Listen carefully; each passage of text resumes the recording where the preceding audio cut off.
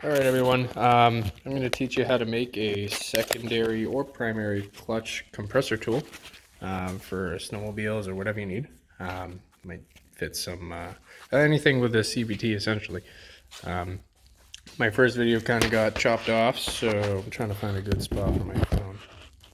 Might as well just kind of leave it here for a second. Or anyway, I'll just hold it. Screw it. So, in materials that you'll need. Will involve, you guys can see this tall piece right here is a threaded rod. I'm going to lay my clutch on this side so you can see what else you need. So you need a threaded rod is the first thing you need to purchase. Second thing you'll need to purchase is two large washers. Ideally, these large washers would have the same inner diameter as that of the threaded rod. This is a 3/8 by 16 threaded rod. We didn't have any of those larger diameter rods, or a large diameter with like a 3/8 inner diameter. We didn't have any of those at my local hardware store, so I had to improvise. And in order to improvise, I had to buy 3 of these medium-sized washers that did have the required 3/8 diameter with a little bigger, a little bit larger outer diameter, to kind of act as a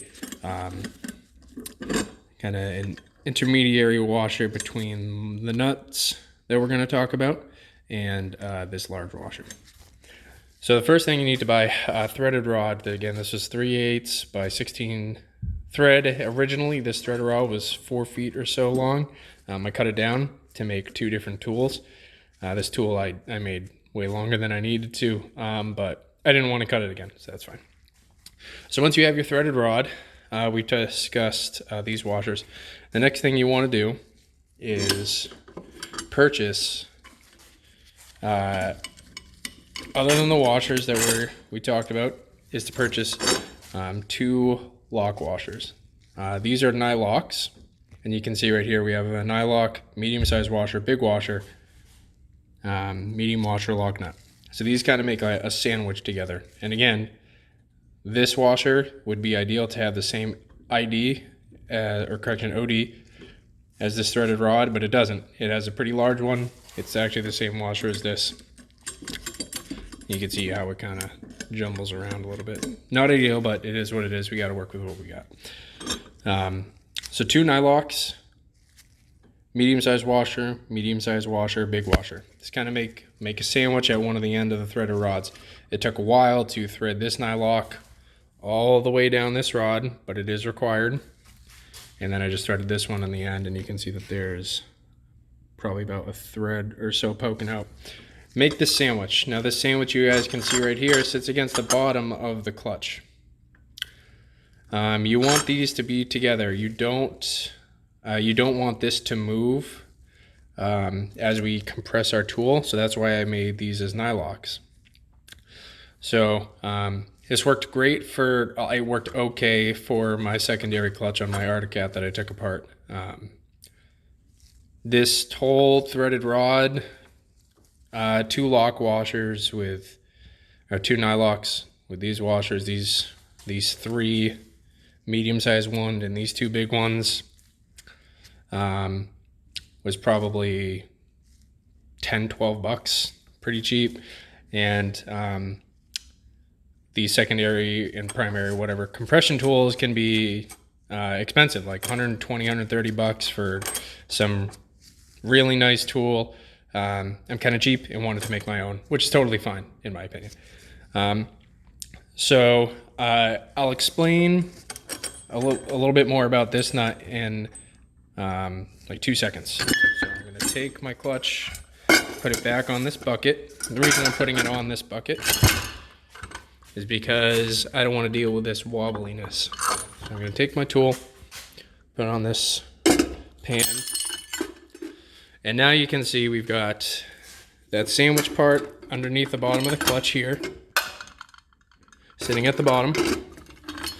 Threaded rod goes all the way through the clutches, and then I take my larger washer and my medium-sized washer, and then this nut. This is a regular nut. There's nothing special about this one. It just has the same thread as the threaded rods, and I'm going to spray a little bit of PB Blaster, the equivalent of PB Blaster on there. I actually like this stuff a lot better. Kel makes really good lubricant, and it's lasted. I had one spray can that lasted over a year. It's more expensive than PB Blaster, like twice as expensive, but it lasted a really long time, so a little partial to that. Okay, so you can kind of see the inner workings of what we got going on here. So this threaded rod is going to act as kind of the force that this nut is going to use to compress these two halves of the clutch together. And I'm just sitting here threading by hand, and what's happening is we've got this sheave, and I'm fighting against this spring force. Could I hold it down with my hands and get the rods to tighten into the spider? Sure, I probably could, but I don't want to do that. This is kind of an Articat thing. I'm not sure about Polaris or Skidoo, but you can see that there's a timing mark here, a timing mark here, and the timing mark here, that's important as far as clutch balancing goes. As far as the threaded rod goes, I definitely cut this too tall. That's all right. I mean, it's not the biggest deal in the world, but note that, like, as long as this threaded rod is, you've got to, that lock nut right there, you've got to thread that. I'm sorry, my finger's all jacked up. That lock nut right there, you've got to thread all the way down that threaded rod. Start at that end and go all the way down. That's okay. It takes some time. Listen to some music or whatever. So now I'm going to pause the video. I actually might be able to do this one-handed, maybe not. I'm just going to thread this nut all the way down, and then eventually it's going to start working.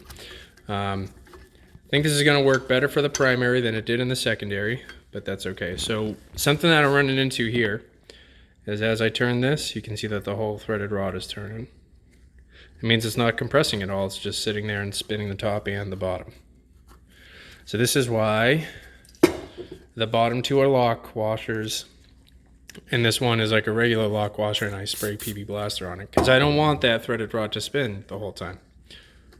I just want it to compress, and you can see it's actually not spinning the rod anymore. So why do we want, I'll take a step back, why do we want this washer to have the same diameter as this one? You can see right here, that washer can scoot around, not the most ideal scenario. And again, this tool might not work as good as a professional one, but I didn't want to pay 200 bucks, or I'm sorry, 120 bucks. I'm kind of cheap. And I prefer to make my own tools. I think it's a little bit cooler anyway. Of course, that's not the same bolt size as, I guess, the other ones. Maybe it's a 15 millimeter, 9/16 maybe. I don't know. We'll find out. Give me a second, just getting the tools out. 15, 9/16. All right, so we can see here, our objective is just going to be to tighten this sucker down. And this is cool. So because this has such little friction against it, that nut has such little friction against it, it's not even turning the threaded rod, it's just turning, which is compressing the clutch. And it's super easy. Again, all I had to do was buy some threaded rod, a few lock nuts, this nylock lock nuts, some washers, this nut, which again, you want this nut to have as little friction on this threaded rod as possible. It's a pretty awesome tool. Things that I would recommend with your secondary clutch. The primary, it looks like this tool is working great. Secondary clutch, mine, it didn't work out as well. Reason it didn't work is this spring on the secondary. It didn't have a nice flat top, I guess, top of the spring. So the clutch cover sat cockeyed when I went to tighten it down because this nut wasn't exactly flat, which is, it was unfortunate, but I got it to work. I just had to have somebody help me out.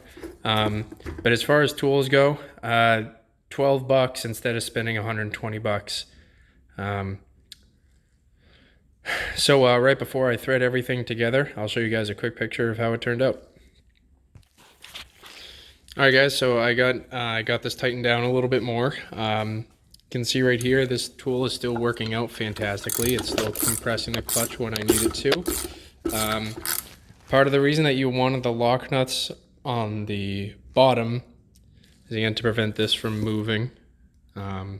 Anything from moving, it keeps that base nice and solid. And the tighter that these go together, the more that this threaded rod would want to move if this wasn't lubricated well and had minimal friction. See right here, my spider still goes up and down a little bit, so I'm going to suck all these bolts together, tighten them to whatever Arctic says to tighten them to. Probably good enough. And then I'll try to figure out how to put that back in the Firecat, which is a really fun time. You have to compress the clutch sheaves together, and I have to do it with some janky way again. So that's how to make a clutch compressor tool. If you have any questions, please ask. I'd be more than happy to help out. And if you guys have any recommendations for how to make this tool better, I'd be happy to know. But I hope you guys have a good one.